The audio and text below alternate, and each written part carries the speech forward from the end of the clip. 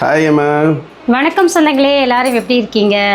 நாங்கள் ரொம்பவே மகிழ்ச்சியாக இருக்கோம். நீங்களும் எங்களைப் போலவே மகிழ்ச்சியாக இருக்க எங்களோட மனமார்ந்த நல்வாழ்த்துக்கள். நம்ம இன்னைக்கு என்ன வீடியோ பார்க்க போகிறோம் சொல்லுங்கள்.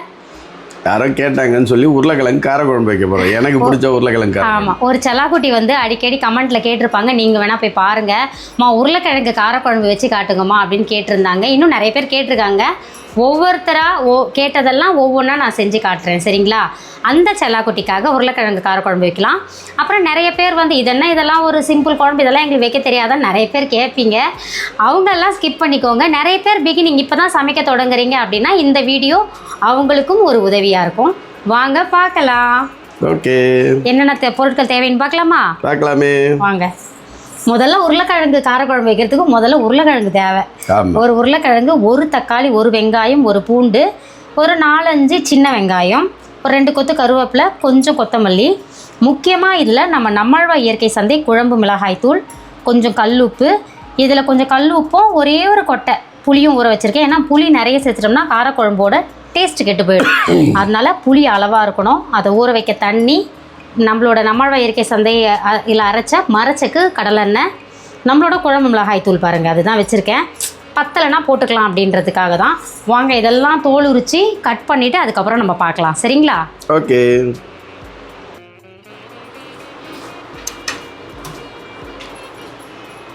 தக்காளி கட் பண்ணிப்போம். அப்பாவுக்கு காய்கறிகள் கட் பண்ணுறதுனால தக்காளி கட் பண்ணும்போது பார்த்தீங்கன்னா இந்த கெட்டி பகுதியை கட் பண்ணிடணும். இது வந்து கெட்டி பகுதி, காம்பு பகுதி இல்லை. அது வந்து சீக்கிரம் வேகாது, அதுக்காக தான், வேறு ஒன்றும் காரணம் கிடையாது. இதில் அந்த இடம் ஹார்டாக இருக்கும். ஏன்னா இந்த தக்காளியை தாங்குகிற அளவுக்கு அதுக்கு வந்து ஹார்ட்னஸை கடவுள் கொடுத்துருக்காரு. ஓகே, கட் பண்ணிடுவோம். ஏதோ சொல்ல வந்தியா, சொல்லுமா. உங்களுக்கு காய்கறிகள் கட் பண்ணுறதுனா ரொம்ப பிடிக்கும்னு சொல்ல வந்தேன். அப்போ கட்டிங் மாஸ்டராக போயிருங்கன்னு சொல்லி கமெண்ட்டில் வரும்.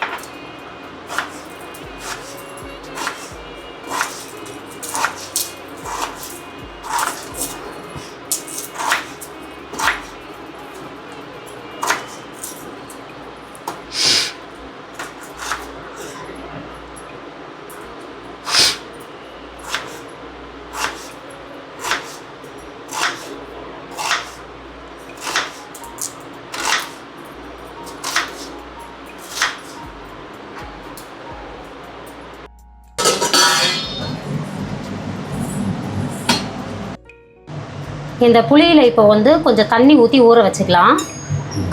அவ்வளோதான். எல்லாத்தையும் அப்பா சூப்பராக கட் பண்ணி கொடுத்துட்டாரு. நான் தோலெல்லாம் உரிச்சு கொடுத்தேன், அப்பா கட் பண்ணிட்டாரு. இப்போ வாங்க குழம்பு எப்படி வைக்கிறதுன்னு பார்த்துடலாம்.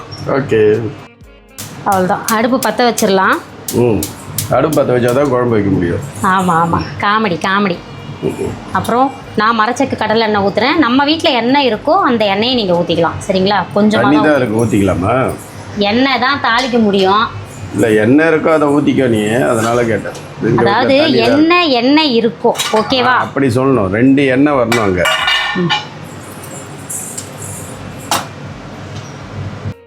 எண்ணெய் காஞ்சிருச்சு. கொஞ்சம் கடுகு, ஒரு 4 வெந்தயம் போட்டுக்கலாம்.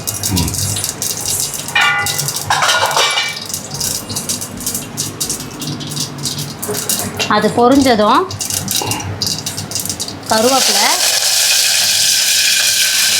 இந்த பூண்டு தட்டி வச்சுருக்கோம்ல, அந்த தட்டி வச்ச பூண்டும் தட்டி வச்ச சின்ன வெங்காயமும் போட்டு நல்லா வதக்கிக்கலாம். இந்த வெங்காயம் வந்து கொஞ்சம் நல்லா செவரட்டும், அப்போ தான் வந்து வாசமாக இருக்கும். இப்போ நீங்கள் வடகம் போட்டு தாளிக்கலைனா கூட இந்த மாதிரி வெங்காயம் பூண்டும் தட்டி போட்டு வதக்கும் போது நல்ல வாசனை வரும். அதுவே வடகம் போட்டு தாளித்த மாதிரி சூப்பராக இருக்கும்.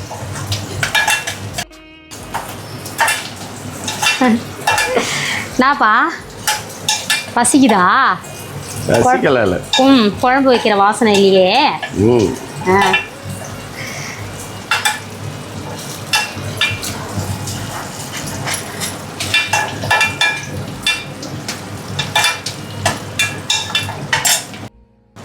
இப்போ நம்ம கட் பண்ணி வச்சிருக்க பெரிய வெங்காயத்தையும் சேர்த்து வதக்கிக்கலாம்.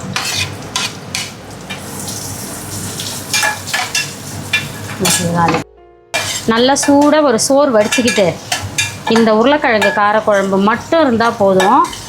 நல்லா சோறு அப்படியே உள்ளே இறங்கிக்கிட்டே இருக்கும். ஏன்னா அவ்வளோ சூப்பராக இருக்கும். அதுக்கு காரணம் நம்மளோட இந்த குழம்பு மிளகாய் தூள் தான். தேவைப்படுறவங்க நீங்கள் வெப்சைட்லேயும் ஆர்டர் பண்ணிக்கலாம், இல்லை வாட்ஸ்அப்புக்கும் நீங்கள் ஒரு ஹாய் அனுப்புனீங்கன்னா உங்களுக்கு ஆர்டர் பண்ணி கொடுத்துடலாம். இது கொஞ்சம் வதங்கிருச்சு. நம்ம தக்காளியும் சேர்த்துக்கலாம். இப்போ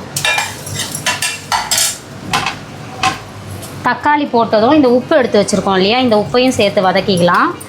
ஏன்னா சீக்கிரமாக கொஞ்சம் வெங்காயம் தக்காளி வதங்கி வந்துடும்.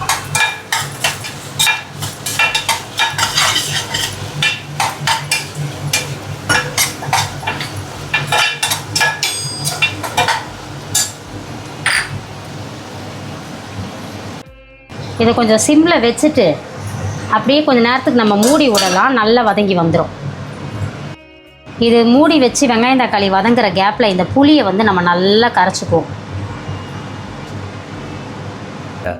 A few minutes later. புளியை கரைச்சி வச்சுட்டேன். இப்போ இதை பார்ப்போம்.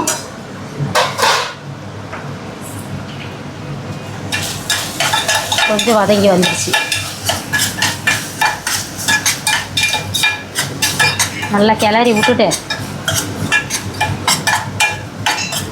இப்போ உருளைக்கிழங்கையும் சேர்த்துப்போம்.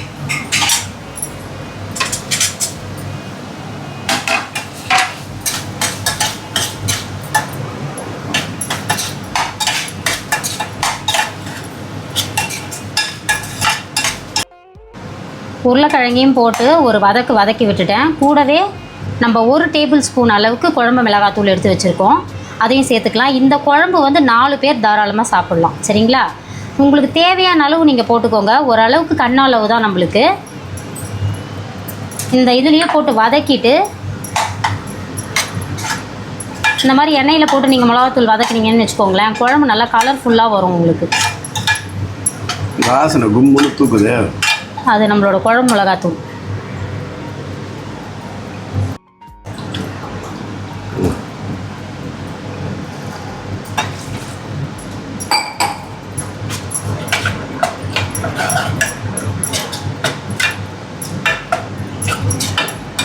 எனக்கு இன்னும் கொஞ்சம் போடலான்னு தோணுது, அதனால் கொஞ்சம் சேர்த்துக்கிறேன்.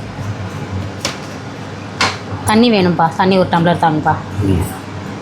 ஒரே ஒரு குட்டி ஸ்பூனில் 1 ஸ்பூன் தான் போடுறேன். ஏன்னா அப்பா கொஞ்சம் காரசாரமாக சாப்பிடுவார் குழம்பு.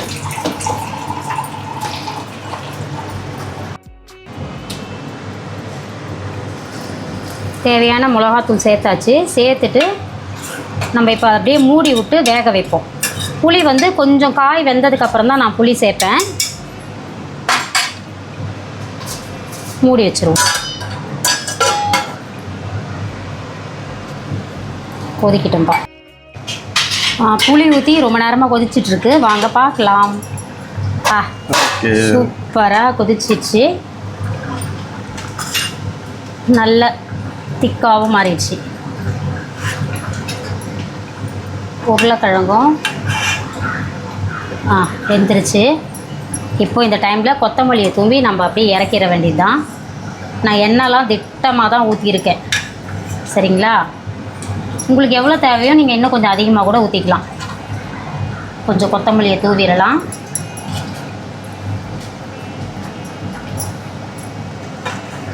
அவ்வளோதான். அருமையான ஒரு உருளைக்கிழங்கு காரக்குழம்பு தயார்.